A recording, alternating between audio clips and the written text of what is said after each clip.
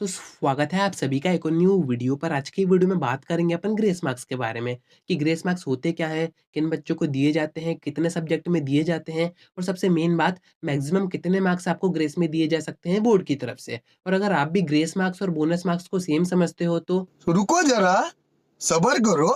होते ये दोनों फ्री के नंबर ही हैं, यानी कि जो कॉपी चेक कर रहा होता है वो ये नंबर आपको फ्री में देता है। जो क्वेश्चन पेपर में क्वेश्चन आए हैं उनके बेस पर ये नंबर आपको नहीं दिए जाते, फ्री में ही आपको दिए जाते हैं, चाहे बोनस हो या फिर ग्रेड। बट एक में आपको प्राउड महसूस होगा और एक में आपको डाउन महसूस होगा, वही अपन आज की वीडियो में डिस्कस करेंगे। तो वीडियो में एंड तक बने रहिए। सब्सक्राइब नहीं किया है तो जरूर से कर दीजिए, बोर्ड एग्जामिनेशन से जुड़ी सारी इन्फॉर्मेशन आपको यहाँ पर दी जाएगी। अब देखिए बोनस मार्क्स के बारे में आपको जानना है तो आई बटन में वीडियो दे रहा हूँ, वहां से जाके आप देख सकते हैं। अब देखिए पासिंग मार्क्स की बात करें तो 10th का पेपर आ रहा है 75 मार्क्स का। उसमें से अगर आपके 24 मार्क्स आ रहे हैं तो आप आराम से पास हो रहे हो। वहीं पर अगर 12th की बात करें तो आपके जो पेपर आ रहे हैं वो आ रहे हैं 70 और 80 मार्क्स के। जिनमें प्रैक्टिकल्स है वो 70 के और जिनमें नहीं है वो 80 के। तो 23 मार्क्स चाहिए आपको प्रैक्टिकल सब्जेक्ट में और 26 मार्क्स चाहिए आपको नॉन प्रैक्टिकल सब्जेक्ट में। अब होता क्या है, कुछ बच्चों के इतने मार्क्स भी नहीं आ पाते हैं, वो बाउंड्री पर ही रह जाते हैं। जैसे 10th में उनको 24 मार्क्स चाहिए तो उनके 21 आ गए हैं या फिर 19 आ गए हैं।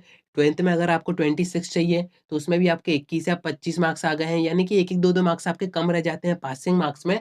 तो ऐसे में बोर्ड क्या करता है, कुछ मार्क्स एक्स्ट्रा आपको दे देता है। तो ये जो एक्स्ट्रा मार्क्स आपको दिए जाते हैं जिससे कि आप बाउंड्री क्रॉस कर दो और पास हो जाओ, इन्हीं को कहते हैं ग्रेस मार्क्स। अब देखिए ऐसा भी नहीं है कि अगर आपके सारे सब्जेक्ट्स में मार्क्स कम आए तो उनमें आपको ग्रेस देके पास कर दिया जाए। यहाँ पर कुछ सब्जेक्ट ऐसे भी हैं जहाँ पर आपको ग्रेस नहीं दी जाएगी। अगर आपके मार्क्स बाउंड्री के नीचे आते हैं तो आपको फेल कर दिया जाएगा। जैसे आपका हिंदी हो गया, इंग्लिश हो गया, संस्कृत हो गया, उर्दू हो गया, मराठी हो गया, इस टाइप के जो सब्जेक्ट हैं इनमें आपको ग्रेस मार्क्स नहीं दिए जाते हैं और इनमें बच्चों को जरूरत भी नहीं पड़ती है ग्रेस मार्क्स की, इनमें तो वो वैसे ही पास हो जाते हैं। अब बाकी जो अदर मेन सब्जेक्ट आपके बच रहे हैं उनमें आपको ग्रेस मार्क्स दिए जा सकते हैं। बट यहाँ पर भी एक कंडीशन है। जैसे 10th की अगर बात करें तो आपको हिंदी इंग्लिश को हटा के 4 मेन सब्जेक्ट बचते हैं। 12th की बात करें तो 3 मेन सब्जेक्ट बचते हैं, तो उनमें से भी आपको सिर्फ 2 ही मेन सब्जेक्ट में ग्रेस मार्क्स दिए जाएँगे। ऐसा नहीं है कि 3 में दे दें या फिर 4 में दे दें, सिर्फ 2 में ही आपको ग्रेस मार्क्स दिए जाएँगे। तो यहाँ पर आप समझ गए होंगे, बोर्ड आपको थोड़ा-सा धक्का देगा जिससे कि आप बाउंड्री पर ना अटको, पास तो आप आराम से हो ही जाओ, बट वो भी सिर्फ 2 ही सब्जेक्ट में।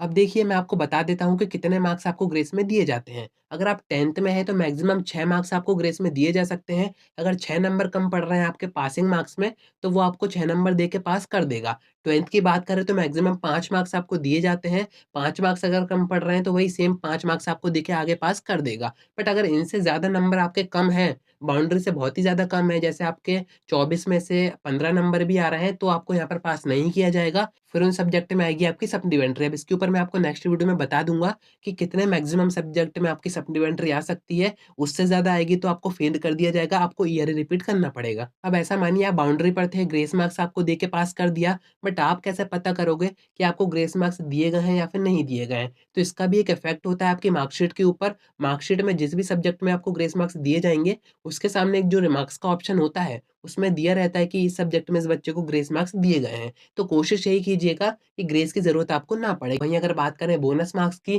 तो मार्कशीट पर कहीं पर भी मेंशन नहीं होता है कि इस सब्जेक्ट में आपको बोनस मार्किंग की गई है। उसका फ़ायदा तो आपको परसेंटेज में दिख जाएगा। तो आज की वीडियो में इतना ही। कोई डाउट आता है कमेंट कर सकते हैं या फिर आप मुझसे इंस्टा पर डीएम करके बात कर सकते हैं।